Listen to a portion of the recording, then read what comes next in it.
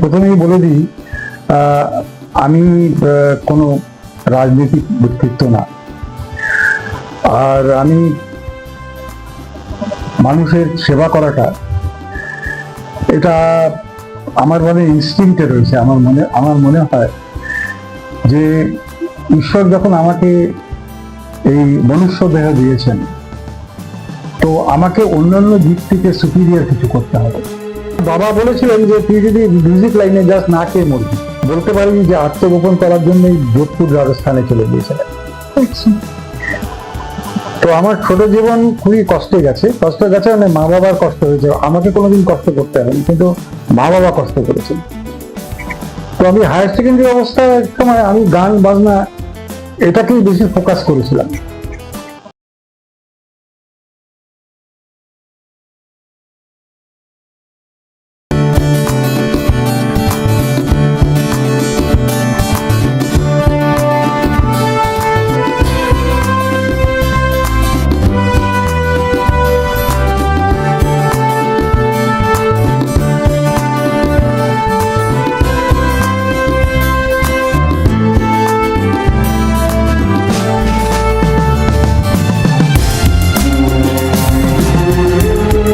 আজিকার দিন না ফুরাতে হবে মোর এ আশা পুরাতে।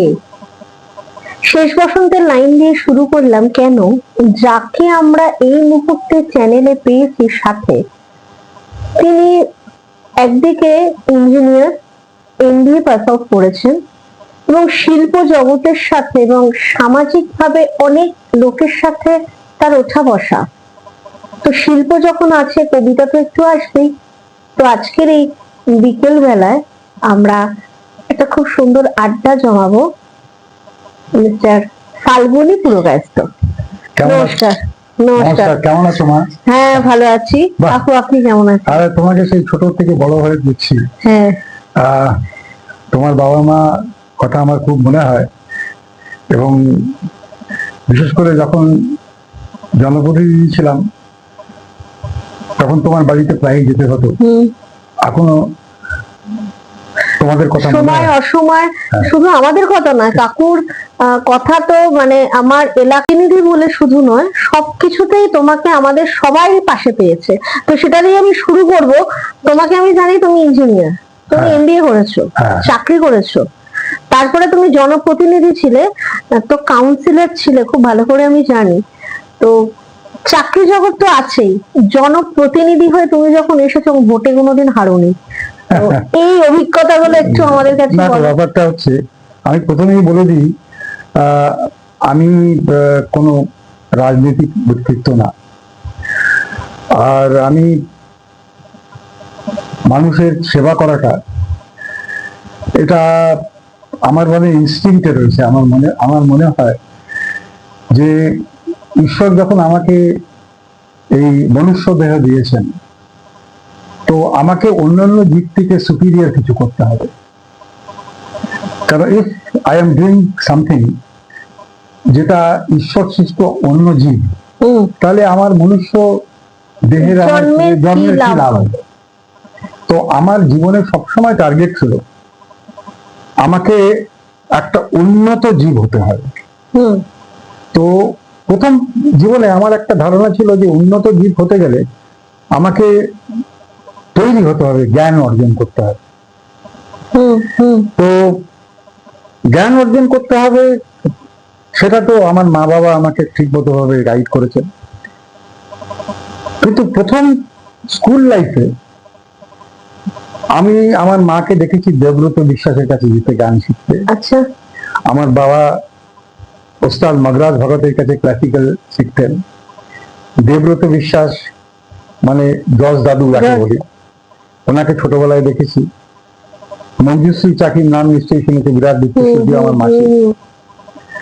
তো আমার ডিএনএ তে মিউজিক ছিল, শিল্প ছিল। হ্যাঁ, আমার নাচ গান। কিন্তু কি হলো, দেবব্রত, আমি খুব ভালো গান গাইতাম, মুকেশের মতন গলা ছিল সে সময়, মুকেশের গানটাই বেশি চলতো।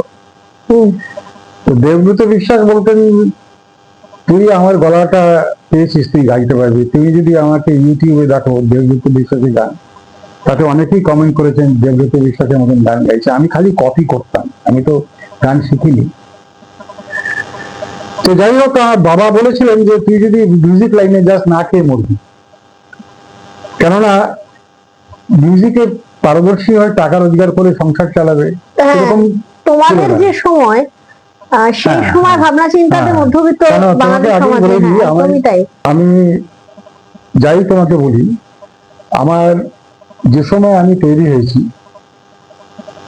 আমি ধরো হায়ার সেকেন্ডারি পাস করেছি 1961 সালে। আচ্ছা, তো তুমি দেখবে ধারে কাছে 1961 সালের লোক খুঁজে পাবে না যারা হায়ার সেকেন্ডারি পাস করেছে। তো সেই সময় মাত্র 2-3টে ইঞ্জিনিয়ারিং কলেজ ছিল, সারা ভারতে কম্পিটিশন হতো। শিবপুর ইঞ্জিনিয়ারিং কলেজ আর যাদবপুর ইঞ্জিনিয়ারিং কলেজ, হ্যাঁ শিবপুরের থেকে আমি পাস করেছি। কিন্তু আমি ছিলাম দিল্লিতে। তো আমার বাবার প্রথম জীবনে অনুশীলনী পার্টিতে ছিলেন স্বাধীনতা আন্দোলনের সময়। আচ্ছা, তাই ব্রিটিশাররা পিছনে তুলেছিল। তো বাবা বলতে পারি যে আত্মগোপন করার জন্য যোধপুর রাজস্থানে চলে গিয়েছিলেন। আচ্ছা, তো আমার ছোট জীবন খুবই কষ্টে গেছে মানে মা বাবার কষ্ট হয়েছে, আমাকে কোনোদিন কষ্ট করতে হয়নি, কিন্তু মা বাবা কষ্ট করেছেন। তো আমি হায়ার সেকেন্ডারি অবস্থার সময় আমি গান বাজনা এটাকেই বেশি ফোকাস করেছিলাম। দেবব্রত বিশ্বাসের কথা বললাম, সেটা একটু বয়সের পরে, যখন আমরা কলকাতায় এসেছিলাম, মা চলে আসেন তখনের কথা। তো আমি পরে বুঝতে পারলাম যে আমাকে জীবনে যদি প্রতিষ্ঠিত না হই, তাহলে আমি আমার কোনো স্বপ্ন পূরণ করতে পারবো না, কারণ সব জায়গায় অর্থের প্রয়োজন। একদমই তাই। এবং এমনকি আমি লক্ষ্য করে দেখলাম যে শিল্প জগতেও যদি আমি অ্যাডভার্টাইজিং না করি, আমি যদি প্রমোশন না করি, তাহলে আমি খুব ভালো গায়ক, ভালো শিল্পী হলেও আমি চান্সই পাবো না। সেরকম আমি বুঝলাম, যদি আমি খুব ভালো রেজাল্ট না করি, তাহলে আমি কলেজে পাবো না, ভালো চাকরি পাবো না। তো যাই হোক, আমি হায়ার সেকেন্ডারিতে খুব একটা ভালো রেজাল্ট করিনি। তাই জন্য আমি জয়েন্ট পরীক্ষা দিয়ে যখন দিতে গেলাম, তখন প্রথমে বুঝলাম যে একটা জয়েন্ট পরীক্ষা দিতে হবে, তৈরি ছিলাম না। তাই আমি ঠিক করলাম যে আগে আমি তৈরি হব। তখন আমি ঠিক করলাম আমি বিএসসি ভালোভাবে পাস করব। আমি বিএসসি তে ম্যাথামেটিক্সে আশুতোষ মেমোরিয়াল প্রাইজ পেলাম। তখন আমি ছিলাম নিউ কোয়ার্টার্সে। প্রফুল্ল সেনের ভাই ছিলেন, যিনি মুখ্যমন্ত্রী ছিলেন। উনি বাবাকে বললেন যে তোমার ছেলেকে ইঞ্জিনিয়ারিং এ কেন পড়াচ্ছে না। যাই হোক, আমি ইঞ্জিনিয়ারিং এ শিবপুর ইঞ্জিনিয়ারিং কলেজে চান্স পেলাম এবং স্কলারশিপও পেলাম। স্কলারশিপ হয়ে তখন আমি অ্যাবসলিউটলি পুরো মিউজিক জগৎ, কালচারাল জগৎ থেকে বাইরে। তখন খালি পড়াশোনা আর কি করে কেরিয়ার তৈরি করতে হবে যায়। তখন আমার সাথে আমার হেড অফ দ্য ডিপার্টমেন্ট ছিলেন ডক্টর শঙ্কর সেন, যিনি এখানকার এমএলএ হয়েছিলেন। মানে হ্যাঁ, দমদম এরিয়াতে, আলামী দমদমে থাকেন। আর ডক্টর শঙ্কর সেন উনিও কোনো রাজনীতি পার্টি ছিলেন না, কিন্তু সেই সময়কার মুখ্যমন্ত্রী জ্যোতি বসু বিদ্যুৎ ব্যবস্থার জন্য ওনাকে বিদ্যুৎ মন্ত্রী করেছিলেন। তো ন্যাচারালি আমার ওনার ছাত্র হওয়াতে উনি যখন দমদমে আসতেন, তখন আমার বাড়িতে এসে আসতেন এবং বলতেন তোর বাড়িতেই খাবো। তো যারা সেই সময় পার্টি করতো তারা আশ্চর্য হয়ে যেত যে সবার বাড়ি ছেড়ে দিয়ে উনি ফাল্গুনী পুরকায়স্থের বাড়িতে কেন আসছেন। ওনার সাথে গুরু শিষ্যের সম্পর্ক। আচ্ছা, এই যে তুমি একটু আগে বললে যে রাজনীতিতে কি করে আসলে, উনি বললেন না তুই কাউন্সিলর হই, তখন কমিশনার হই বলতে। জনপ্রতিনিধি না হলে তো এই যে ভালো কাজ করতে, ভালো কাজ করতেই আমার কাজ করার জন্য তো কোথাও একটা যেতে হয়। আমি বললাম আমি জীবনে তো এইসব করিনি, কিন্তু হঠাৎ আমার মনে হলো যে এই মানুষের কাছে যেতে গেলে আমার কাছে একটা ছোট এভিনিউ দরকার। একদমই তাই। এবং সেই সময়কার রাজনীতিটা একটু অন্যরকম ছিল। যখন পাড়াতে পাড়াতে কে কি পার্টি করে, কার কি চিন্তাধারা, সেটা দেখতো না। আমার পিসির ছেলে হচ্ছেন সন্তোষ মোহন দেব, উনি সেই সময় কংগ্রেসের এমপি। তাহলে সাধারণত আমাকে প্রত্যেকেই ভাবতে পারতো যে আমি একটা কংগ্রেসের নেতা, কিন্তু সেসব জিনিস ওরা ধরেনি। না, ফাল্গুনী প্রকাশ তো শুদ্ধি আবার কাউন্সিলর, আমি ইলেকশনে দাঁড়ালাম, জিতলেন। আমি জিতলাম, এমন একজন লোকের সাথে জিতলাম যিনি বিরাট বড় মানে ফোর্স, তার অনেক সৈন্য বাহিনী আছে। এবং আমি জেতা যাওয়ার পরে উনি রাগ করে আমার বাড়িতে ভাঙচুরও করলেন। কিন্তু সেই ভাঙচুর করার সময় আমি তখন স্টার পেপার নিউজের জেনারেল ম্যানেজার।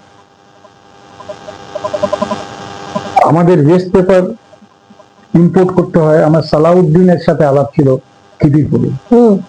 ন্যাচারালি আমি পেপার মিল অ্যাসোসিয়েশনের তরফ থেকে তার সাথে নেগোসিয়েশন করতে গিয়েছিলাম, কেননা আমাদের ইম্পোর্ট মাল আনতে গেলে ওই ইম্পোর্টেড পেপারের মধ্যে কোরআনের পেপার আছে বলে আটকে দিচ্ছিল আর খুলে দিচ্ছিল।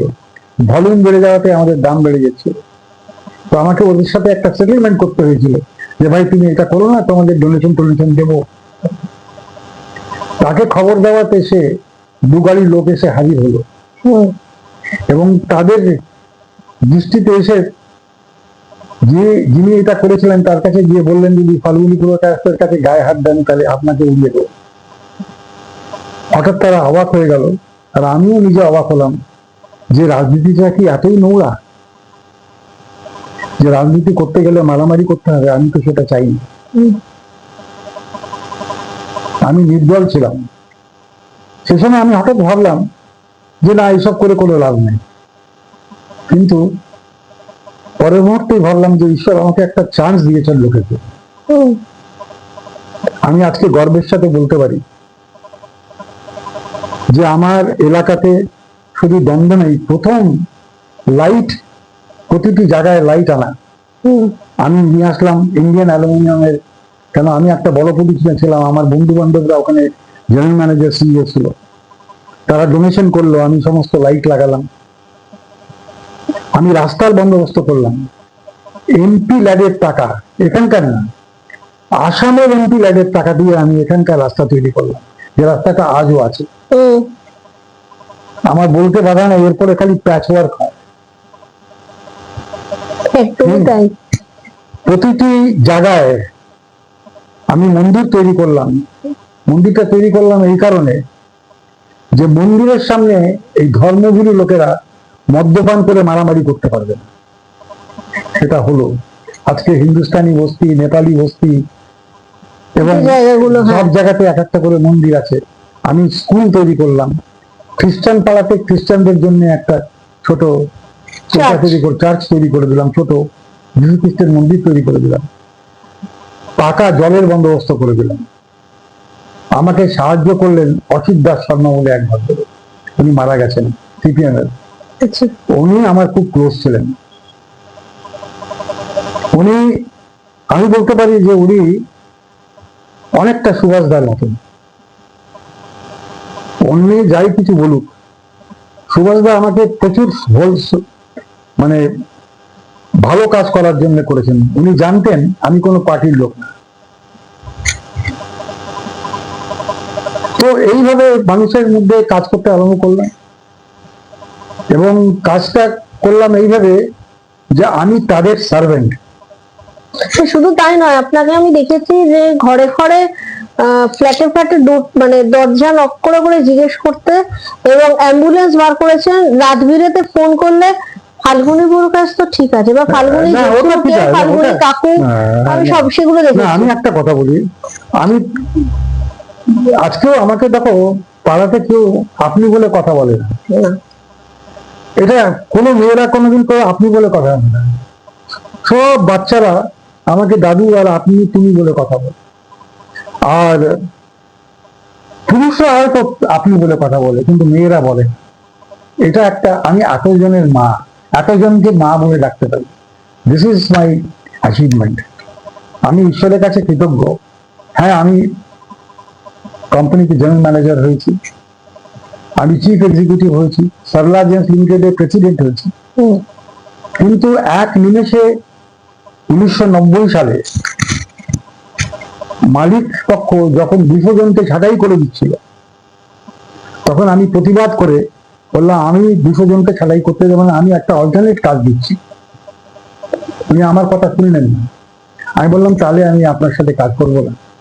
আমি একদিনে ডিজাইন করে ঠিক করলাম যে আমি কোনোদিন কোনো সংস্থাতে কাজ করব না যারা মানুষের রুজি রুজি কেটে নেয়। আমি ওনাকে বললাম, স্যার আমি যখন আপনাকে অল্টারনেট কাজ দিচ্ছি, আমি নাম করে বলছি সারলা জেমস লিমিটেড, যে স্যার আপনি যদি এই যারা গরিব মানুষ তাদের রুজি রুটি কেটে দেন আপনার খালি প্রফিট বাড়াবার জন্য, আপনি একটা মেশিন নিয়ে এটাকে করবেন, আমি ওদেরকে অন্য একটা কাজ দিচ্ছি। উনি আমার কথা শুনলেন না। আমি সেদিন জানতাম যে ওই কোম্পানি আমি চলে যাওয়ার পর 5 বছর 10 বছর পরে কোম্পানি থাকতে পারবে না। কারণ মানুষকে যদি সাথে না নিয়ে কাজ করি কোনো কোম্পানি, তাহলে সে কোম্পানি থাকতে পারে না। এমনকি যদি কোনো অ্যাক্টিভিটি যেমনি তুমি যেটা করছো, তুমি যদি মানুষকে না নিয়ে, তুমি যদি মধ্যে ডিভোশন না নিয়ে কোনো কাজ করো, তাহলে এটা সাকসেস হয় না কখনো। আমি ঈশ্বরকে প্রথম বিশ্বাস করি, আমি মানুষ করি বিশ্বাস করি। যদি তুমি ঈশ্বরকে বিশ্বাস করো তাহলে সব থেকে আগে মানুষকে বিশ্বাস করতে হবে। যদি মানুষকে প্রেম না করো, মানুষের জন্য, মানুষের মধ্যে ভালো জিনিস আছে, তার ভালো জিনিসটাকে দেখে নিতে হবে, তার দিকে, তার খারাপ জিনিসটা কি আছে তার দিকে নজর রাখো, তাহলে জীবনে তুমি কিছু করতে পারবে। আমি মানুষের কাছে কিচ্ছু প্রত্যাশা করি না। আমি অত্যন্ত স্যাটিসফাইড আমাকে ভগবান যা দিয়েছেন। আমি চাই মানুষের ভালো হোক।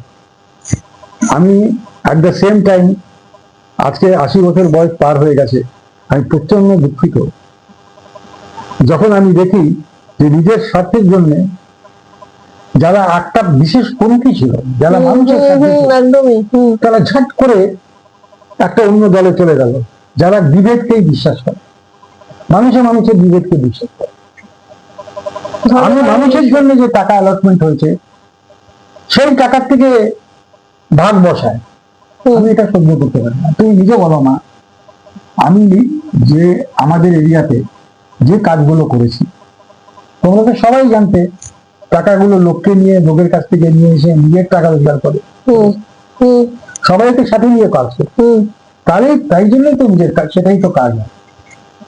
কাজটা করতে গেলে যে 5 স্টার কাজ করতে হবে তার না, কাজটা করতে গেলে এমন কাজ করতে হবে যে কাজে মানুষের লাভ, সেটাই তো তার থেকে মানুষের হৃদয়ে পৌঁছানো, যাতে মানুষের চেতনাটা বৃদ্ধি হয়।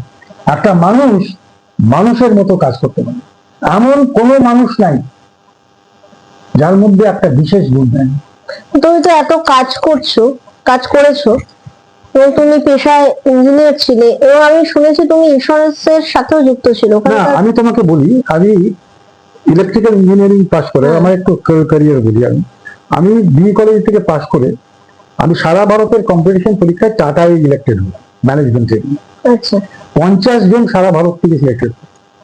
সেই সময় 1969-এ আমি 1600 টাকা পেতাম, which is a very big amount, বুঝতে পারছো? তখন এখান থেকে বোম্বে যাবার প্লেনে ভাড়া ছিল 125 টাকা। সেই সময় বাবা মায়না পেতেন 550 টাকা, 450 টাকা, আমি 1600 টাকা মাইনে পেতাম সেই সময়। এইরকম, অথচ একটা সংসার চালাতে আপনার 100 থেকে 150 টাকার বেশি লাগতো। আমি সেই সময়কার কথা, এখন কত টাকা বেড়ে গেছে। যে বাড়িতে বসে তুমি কাজ করছো, এটা আজকে 3 তলা বাড়ি। বাবা বাড়িটা করেছিলেন, আমার মনে আছে 40,000 টাকায় বাড়িটা করেছে। কেন, চিন্তা করতে পারো কত জিনিস বেড়ে গেছে। এখন তোমাদের কত বেশি টেনশন, আমাদের কিন্তু সেরকম টেনশন ছিল না। আমরা 10টার সময় অফিসে যেতাম, 5টার সময় ফিরে আসতাম। আজকাল আমাকে অফিসে যেতে হবে 10টার আগে, দেখাতে হবে 9টা, আর অফিস থেকে বেরোতে হবে। কখন বেরোতে হবে? যখন বড় সাহেব বেরিয়ে যাচ্ছেন, বসে থাকতে হবে দেখাতে যে আমি অফিসে বসে রয়েছি। এইরকম স্ট্রেস তো আমি আমরা তো এরকম স্বাধীনতা, সমাজ ব্যবস্থা, কাজের এটা ধরন, সমস্যা হচ্ছে, আমি জানি। লাইফস্টাইল হ্যাঁ। সবটাই পাল্টে গেছে, সবটাই পাল্টে গেছে। তবে আমার মনে হয় যে মানুষের জীবনটাকে নিজে প্ল্যানিং করা উচিত। তো আমি আমার জীবনটা প্ল্যানিং করি, যেটা তোমাকে বললাম যে তুমি একটু আগে যখন আমার কাছে আসলে তখন তুমি দেখলে আমার ঘরের মধ্যে একটা সিনথেসাইজার আছে, আমি গান গাইছি। হুম হুম আমি তো কিশোর কুমার না, হুম। কিন্তু আমি তোমাকে বলি কিন্তু আমি আমি তোমার গান শুনেছি, আমি তোমার গান শুনেছি, আমি দুর্গাপুজোর অনুষ্ঠানে শুনেছি, আচ্ছা। এবং রফির গান শুনেছি, মুকেশের গান শুনেছি। অসাধারণ কথা। তো এই বয়সে এসে, না না, এই যে তুমি বললে ওটা 80 অসাধারণ। পেরিয়ে গেছে, হ্যাঁ। তো এত কাজের পরেও এই গান, বা তুমি জ্ঞান বৃক্ষ নামক একটা চ্যানেলও চালাও, সেখানে হ্যাঁ। অনেক তথ্য দাও, যেটা জীবনের তথ্য, মানে সকাল থেকে উঠে এই ধরনের তথ্য নেওয়া দরকার। সেগুলো তুমি করছো কি করে, এতটা আমি ম্যানেজ তোমাকে একটা করছো কথা কি বলি, করে? এটা এটা আমি করছি বলে কোনো কথা না। আমি বিশ্বাস করি আমাকে কিছু ইন্সপিরেশন কেউ দিচ্ছে। I must have an inspiration. এই যে তুমি একটা পডকাস্ট করছো,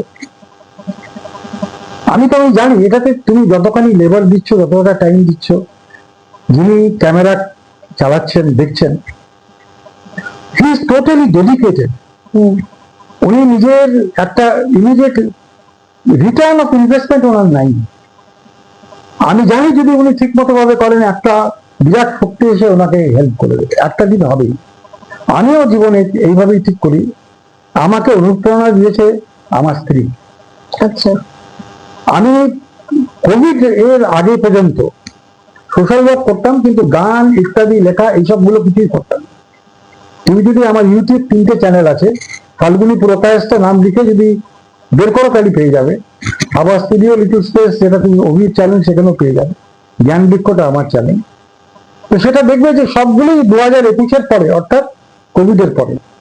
মানে কোভিড আমাদের কোভিড এর পরে, নেতিবাচক দিক দেখায়নি না না, বলছো? কোভিড এর পরে দেখে আমি তোমাকে এটাই বলতে চাচ্ছি, তুমিও তো কত বিজি, তোমারও তো কত অ্যাম্বিশন আছে জীবনে, কিন্তু কেন তুমি করছো? তুমি করছো, একটা ড্রাইভিং ফোর্স থাকা উচিত। মানুষকে হেরে গেলে চলবে না, আমি পারবো না এরকম ভাবলে চলবে না। প্রতিটি মানুষ সবকিছু করতে পারে, নিশ্চয়ই। কিন্তু আমাকে কোনটা চুজ করতে তো হবে। ভেতর থেকে তার যেমন তাগিদটা আজকে থাকতে তুমি হবে। যদি পডকাস্ট করো, তুমি যদি আজকে ঠিক করো না আমি এরপরে ওটিটি সিনেমা করব, জেঠু কাকু আমাকে সাহায্য করবে, নিশ্চয়ই করবে। হুম হুম আজকে অভি আমাকে ভালোবাসে কেন? তবে এই জন্য ভালোবাসে যে আমি ওকে ভালোবাসার ভাইব্রেশন দিই। আমি যদি তোমার সাথে একটা ভালোবাসার ভাইব্রেশন, সাহায্যের ভাইব্রেশন না দিই, তোমাদের মধ্যে যদি একটা ভালো পজিটিভ ভাইব্রেশন না থাকে, বোঝা, তাহলে তোমরা এগোতেই পারবে না। আমাদের মেন প্রবলেমটা কি হয়? আমরা প্রত্যাশা করি, প্রত্যাশা করি যেটা সত্যি কোনো মানুষ করতে পারে না। কোনো মানুষ কারো প্রত্যাশা পূরণ করতে পারে না। যেটা তুমি দেখো প্রত্যাশা পূরণ হচ্ছে, সেটা ঈশ্বর তোমার পজিটিভ কাজের জন্য করে। তোমাকে একটা কথা বলি, শ্রীরামকৃষ্ণ বলেছেন, তুমি যদি একটা এগোও তাহলে ঈশ্বর 10টা এগিয়ে আসবে। You have to try for it.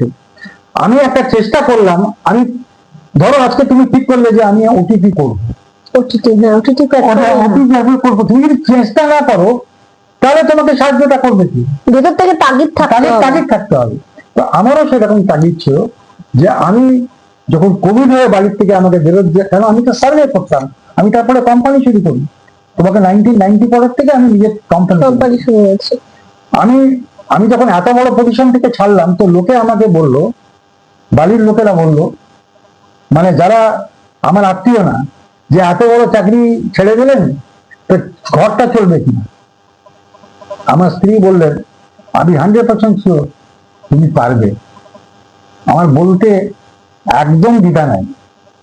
আমি 2013 থেকে 2018 অব্দি 5 বছরে যত রোজগার করেছি, সারা জীবনে ততটা রোজগার করে চাকরি ভগবান করে দিয়েছে, তারপরে আবার করি। তো আমার বক্তব্য হচ্ছে, আমার যদি 101%, তার মানে আমার রোজগার মানেটা কি? আমার রোজগার মানে আমার নিডের উপরে নিব। আমার যদি নিডই থাকে এত বড়, আমি যদি মনে করি যে আমার আমি 24 ঘন্টা 5 স্টার হোটেলের মতন ঘরে রাখবো, তাহলে আমার লাভটা কি হবে? আমার নিড অ্যান্ড প্রত্যাশা আমি একটা ম্যাচ করে রেখেছি। আমি মনে করি যে 60 বছরের পরে আমার নতুন জীবন, আমার জীবনটা হবে মানুষের জন্য, প্রতিটি ঘন্টা হবে মানুষের জন্য। এই জন্য আমি জ্ঞান বৃক্ষ করছি। লাইফ লেসেস লোকেরা গীতা পড়েনি, বিহেভিয়ারিয়াল সায়েন্স পড়েনি, ম্যানেজমেন্ট সায়েন্স পড়েনি। আমি ম্যানেজমেন্ট সায়েন্স, বিহেভিয়ারিয়াল সায়েন্স, যেহেতু আমি IISWM পড়াতাম, যাদবপুর ইউনিভার্সিটিও পেপার সেটার এক্সামিনার ছিলাম। আর তোমাকে বললাম যে দমদম মিউনিসিপ্যালিটিতে যে আজকে স্পেশালাইজ হসপিটাল হয়েছে, লাওয়াপোলা গ্লাস মিস্টার ঝুনঝুনওয়ালা, তার ম্যানেজিং ডিরেক্টর আমার MBA ছাত্র ছিল, 47 লক্ষ টাকা দিয়েছিল, আলুমিনিয়াম চার 1.5 কোটি টাকা দিয়েছিল। ওখানে যদি অ্যাকাউন্টস দেখা যায়, আমি সত্য ঘোষ এরা গিয়ে ওই টাকা দিয়েই তো আজকে হসপিটাল করেছে। আজকে এই হসপিটালে অন্য কোনো রাজনৈতিক পার্টির কোনো গভর্নমেন্টে কোনো টাকা দেয়নি, তৈরি করে দেওয়ার পরে হসপিটালটাতে আমি করেছি, ওই করেছি। সুতরাং এইসব করলে চলে না, আমরা করেছি, যারা করেছে তাদের প্রতি কৃতজ্ঞ। আর আমি মনে করি সেই সময় সুধীর ভট্টাচার্য উনি চেয়েছিলেন একটা পজিটিভ কাজ করব, আমি পজিটিভ কাজ করব মানুষের স্বার্থে। কেন এই হসপিটালটা রয়ে গেছে, এবার মানুষের উদ্দেশ্য হচ্ছে এটাকে ঠিক করে রাখা। যদি সমাজে তোমাকে সোশ্যাল ওয়ার্ক করার একটা অপরচুনিটি কেউ দেয়, তাহলে সেটা তো তোমাকে মানুষের স্বার্থে করতে হবে, নিজের স্বার্থে করতে হবে, নিজের স্বার্থে নয়। আমাদের এই হোল এলাকায় তো প্রতি 5 বছর অন্তর অন্তর 21 নম্বর 22 নম্বর সমস্ত লেগে এক একজন জনপ্রতিনিধি আছে, এটা কজন লোক কটা লোকের মনে রাখে।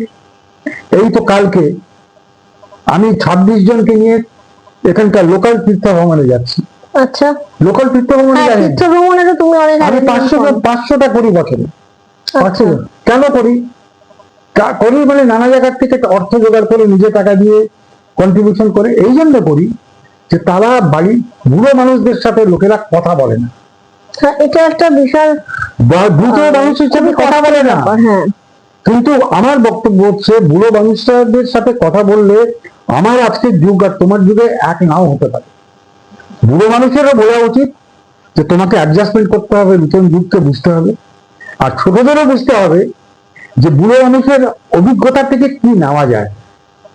না 60 বছরের পরে বা ম্যাক্সিমাম 70 বছরের পরে একটা একাকিত্ব আসছে। হ্যাঁ না, এই একাকিত্বটাকে দূর করার জন্যই আমি এই বড় হলাম। বুঝতে পেরেছি সেটা। এই জন্য আমার মনে হয় যে তোমার যে প্রোগ্রামগুলো তুমি করছো, এই প্রোগ্রাম এবং তোমার সাথে যে আমি আজকে কথাবার্তা বলছি, এখানে আমি কে এটা বলার জন্য আমি আছি। আরেকটা কাজও কাকু করেছো, হ্যাঁ আমি একটু তুমি অভিনয় করেছো। আমি বলছি আগে, আমি আজকে যে কথাটা বলছি এটা আমার জন্য না, আমি তোমাকে একটা কথা বলতে চাচ্ছি, এই মেসেজ দেওয়ার জন্য যে প্রতিটি বৃদ্ধ মানুষ 60 ইয়ার্সে তাকে বুঝতে হবে যে তোমার একটা নতুন জীবন আছে। সেই জীবনটা খালি অর্থ রোজগারের জীবন না, তোমাকে তোমার অভিজ্ঞতা দিয়ে, সমাজকে দিয়ে কিছু করতে হবে। আমি ইচ্ছে করলে একটা বাচ্চাদের পড়াতে পারি, আমি ইচ্ছে করলে 10টা লোককে খাবার ব্যবস্থা করতে পারি, আমি ইচ্ছে করলে আমি ইচ্ছে করলে যদি ডাক্তার হই, শুধু MBBS ডাক্তার হই, তাহলে আমি কিছু জনের চিকিৎসা করতে পারি। অথবা আমি যদি বৃদ্ধ হই, একটা সিনিয়র ডাক্তারের কাছে গিয়ে বলতে পারি, বাবা তুমি আজকে একটু আসবে, আমাদের 10 জন লোককে দেখে দেবে। এটাও তো বলতে পারি। তো আমি করতে পারি, আমি করতে পারি। এই ভাবনা চিন্তার জন্য তো মানসিকতা থাকতে না, এই মানসিকতা করার জন্যই তো তোমরা আছো। এই মানসিকতা করার জন্যই তো আমি যাদের বলছি, যারা তোমাদের পডকাস্ট দেখছেন, এবং বিশেষ করে তোমার চ্যানেলটার জন্য তুমি যেটা করছো, তোমরা দুজনে মিলে তোমরা যে গ্রুপটা করছো, তোমরা তো এটাই চেতনা বাড়াবার চেষ্টা করছো। যাতে এই চেতনা করে উৎসাহিত করুন, জানুন, এটাকে বলুন যে এইটাতে আমরা কিছু জানতে চাই। আমি জানি তুমি চোখের ডাক্তারের জন্য করেছো, গাইনোকোলজিস্টের জন্য করেছো, নানা সাবজেক্টের জন্য করেছো। ওটাতে ওরা ডাক্তারি শেখাবার জন্য না, প্রত্যেকে নন ডক্টররা, এমনকি ডাক্তাররাও অনেক কিছু জানতে পারবে। নিশ্চয়ই। তো জানতে পারার জন্য আমার জানার এগুলো সবকিছু তো আর ওই টাপ করে ল্যাপটপ আর গুগল করে জানা যায় না। এই গুগল করে জানার জিনিসটাকে করতে হবে। জানো মা তোমাকে বলি, আমরা লিখে লিখে পড়তাম, আমরা এখন সেই অভ্যাসটা চলে গেছে। বই পড়তাম, আজকাল আমরা এই বই পড়াটা বন্ধ করে তো অনেক জিনিস একদম জানি না। সব অনলাইনে বই পড়ছে। আমি যখন আমার এমবিএ তে মার্কেটিং ছিল, আমার স্পেশালাইজেশন ছিল অ্যাডভার্টাইজিং ম্যানেজমেন্ট।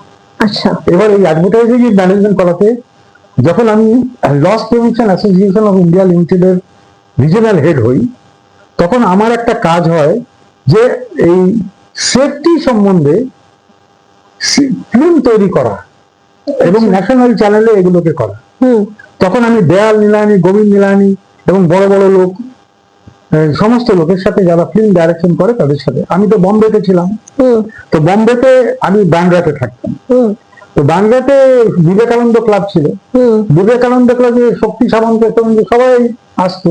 হুম। আর আমি বিবেকানন্দে একটু বেশি বক বক করি, জন্য আমাকে সেক্রেটারি করে দিয়েছিল।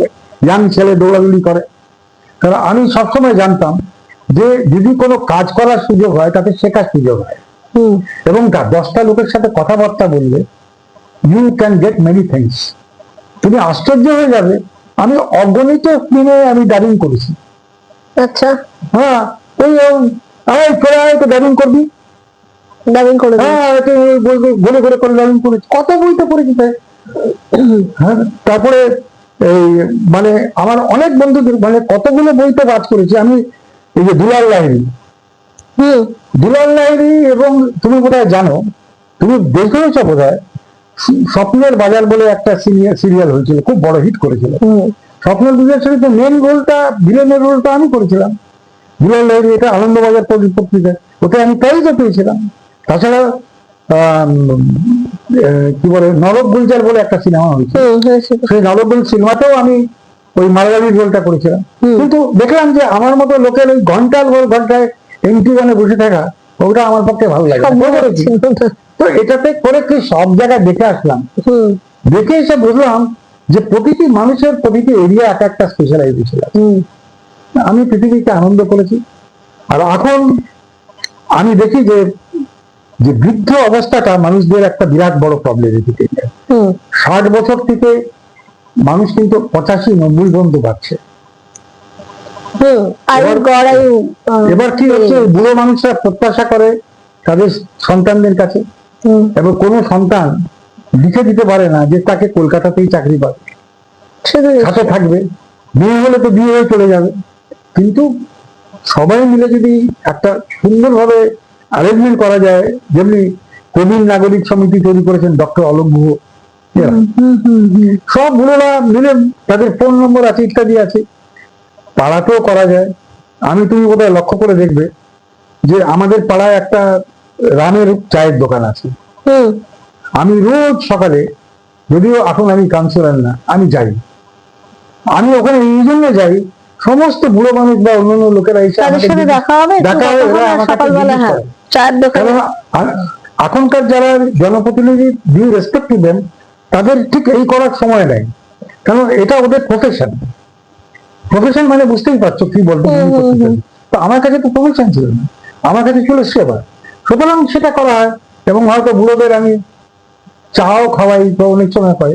ধরো তুমি ধরে নাও, আমি যদি একজনকে 30 টাকা, বা আমি 5 টাকা দামে 6 জনকে চা খাওয়ালাম 30 টাকা, তাতে কি যায় আসবে?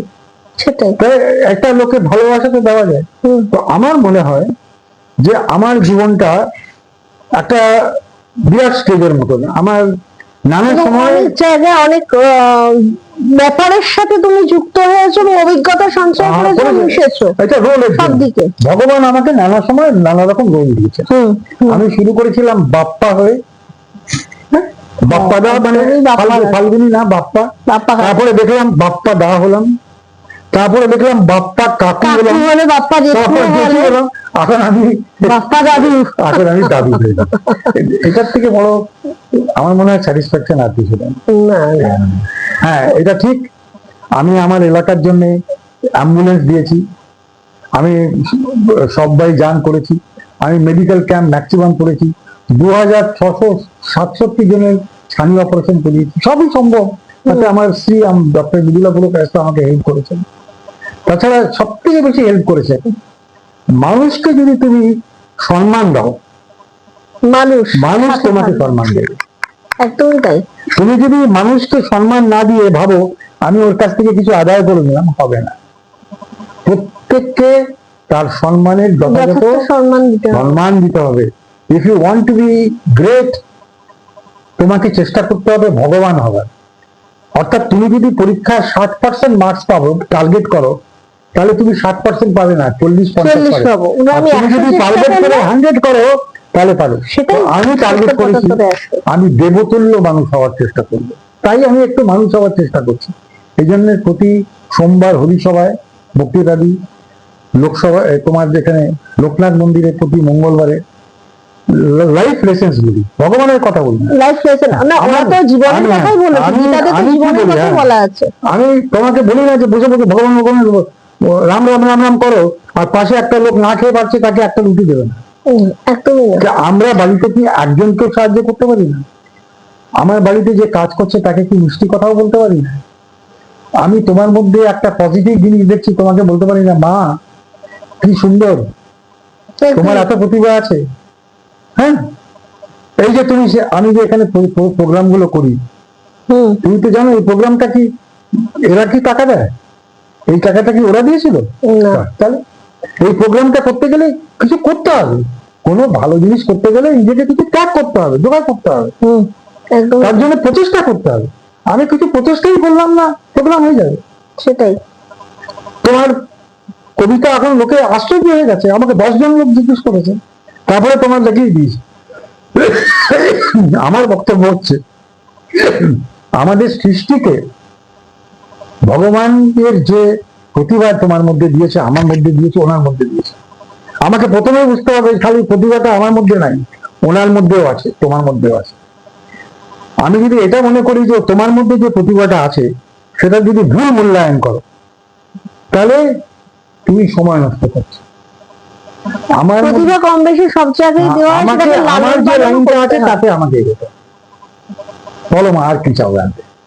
না, অনেকক্ষণ তোমার সাথে অনেক গল্প করলাম, অনেক কিছু জানতে পারলাম যে জীবনে উনি ইঞ্জিনিয়ারিং দিয়ে পড়াশোনা করেছেন পেশার তাগিদে। ওই যে বাবা বলেছেন তুই গান শিখতে গেলে বাড়িতে কেউ খেতে পাবে না বা তোর রোজগার আসবে না, করেছেন। এমবিএ পড়েছেন, ইন্স্যুরেন্স সেক্টরের সাথে অ্যাটাচড হয়েছেন, উনি পেপার সেটার হয়েছেন, পরবর্তীকালে জনপ্রতিনিধি হয়েছে। এখন জনপ্রতিনিধি নেই, তখন যা কাজ করে গেছেন তারই রিটার্ন, মানুষের ভালোবাসা পাচ্ছেন। উনি অবসর সময় এখন 60-এর পর থেকে যেটা বলছেন, গান নিয়ে চর্চা করেছেন এবং চ্যানেল করেছেন। একটা মানুষ ইচ্ছা করলে সবই পারে, এটা আমরা ফাল্গুনির আমার একটা পেপারও আছে, আমার একটা আপনার খবর বলে একটা পেপার আছে, আপনার খবর বলে একটা এলাকার পেপার আছে। হ্যাঁ, সেটা তো মানে সেটাই বলছি, একটা মানুষ চেষ্টা করলে সব দিকেই যেতে পারে এবং সবটাই মাধ্যম দিয়ে জনগণের কাছে পৌঁছতে পেরেছে। আরেকটা জিনিস ক্লিয়ার করে দিই, আমি অবসর নিয়েছি ঠিকই, তবে আমার প্রফেশনের জন্য আমি লেকচার দিই সব জায়গায়। যেমনি এখন কলেজ অফ ইন্স্যুরেন্সে আমি লেকচার দিই, আচ্ছা আমি পেপার সেটার এক্সামিনার এখনো আমি এনলিস্টেড। কিন্তু আমি এখন যে 10টার থেকে 5টা যে চাকরি সেটা করি না। সেটা সম্ভব না, এখন না, আমি এখন ঠিকই করেছি যে একটা মানুষের কর্মজীবন কত হতে পারে, 85 হতে পারে, 90 হতে পারে। মাই ডেজ গড হ্যাজ ডিসাইডেড আমি প্রতিটি সেকেন্ড এই সৃষ্টিটাকে অনুভব করব, এটাকে উজ্জ্বল করতে, আরো এনলাইটেন করতে, এম্পাওয়ার করতে কাজ করব। সৃষ্টিকে, পুরো বিশ্ব ব্রহ্মাণ্ড সৃষ্টিটা ভগবানের, প্রতিটি মানুষ ভগবানের। আমি চেষ্টা করব কাউকে দুঃখ না দিয়ে, কাউকে ক্ষতি না করে, কোনো সৃষ্টিকে না দিয়ে ভালো কাজ করবো, এটাই ডেডিকেশন। এবং আমিও আশা করি সমস্ত মানুষ, আমার একটা ছোট্ট মেসেজ আছে যে সমস্ত মানুষকে কখনো যদি মনে করেন আপনার উপরে কেউ অন্যায় করেছে, ক্ষমা করে দিন। ক্ষমা করলে রাগ হবে না, হবে না। ক্ষমা করলে দেখবেন যে মানুষটা ভুল করেছে সে নিজেই বুঝতে পারবে। ক্ষমা চাওয়া এবং ক্ষমা করা দুটোই শক্ত কাজ। যদি আমি মনে করি আমি ভুল করলে ক্ষমা করে দিই, তাহলে ও যদি ভুল করে তাহলে তুমি কেন ক্ষমা করবে না? কাকু একটা র্যাপিড ফায়ার করবো, র্যাপিড ফায়ার করে শেষ করছি। হ্যাঁ, করবো। রবীন্দ্রনাথ, জীবনানন্দ দাশ, রবীন্দ্রনাথ, সত্যজিৎ রায়, মৃণাল সেন, মৃণাল সেন, উত্তম কুমার, সৌমিত্র চট্টোপাধ্যায়, সৌমিত্র চট্টোপাধ্যায়, হেমন্ত মুখার্জি, মান্না দে, হেমন্ত বাবু, ইস্ট বেঙ্গল, মোহনবাগান, ইস্ট বেঙ্গল। পাবদা মাছ, রুই মাছ, আমি দুটোই খাই না। আমি এখন ভেজিটেরিয়ান হয়ে গেছি, তো রুই মাছই বেশি খেতাম। আচ্ছা। আর biryani, fried rice, fried rice, Sandhya Mukherjee, Lata Mangeshkar, Lata Mangeshkar. Srijit Mukherjee, Prabhat Roy. দুজনকেই ভালোভাবে চিনি না। আর টক দই না আইসক্রিম, মানে দই না আইসক্রিম। আইসক্রিম। তো এখানেই আমাদের এই গল্প আড্ডা শেষ করছি। খুব ভালো লাগলো কাকু, এতক্ষণ কথা বললাম। আমিও তোমাদের অনেক ভালোবাসা দিচ্ছি, অনেক আশীর্বাদ করছি, এবং যখন কোনো সমস্যা হবে অলওয়েজ আমার কাছে আসবে। আর আমি চাই যে তোমরা, বললাম তো, ফিল্ম প্ল্যাটফর্মে চলে যাও, মানে এটাকে গল্প বলে বলো। হুম হুম এমনিতেই তোমাদেরটা খুবই ভালো হচ্ছে, আমি তো বুঝেছি যে তোমরা একটা মেসেজ দিতে চাচ্ছ সোসাইটিকে। হুম এই জন্য যারা দেখছেন তাদেরও বলি, এনাদের যতগুলো প্রোডাকশন আছে সবগুলোর গভীরে গিয়ে দেখুন কি বলতে চাইছে। শুধু নিজে জানবেন না, তার থেকে শিখে অন্যদেরও পাস অন করুন। সব থেকে প্রথমে নিজের পরিবারে দেবেন।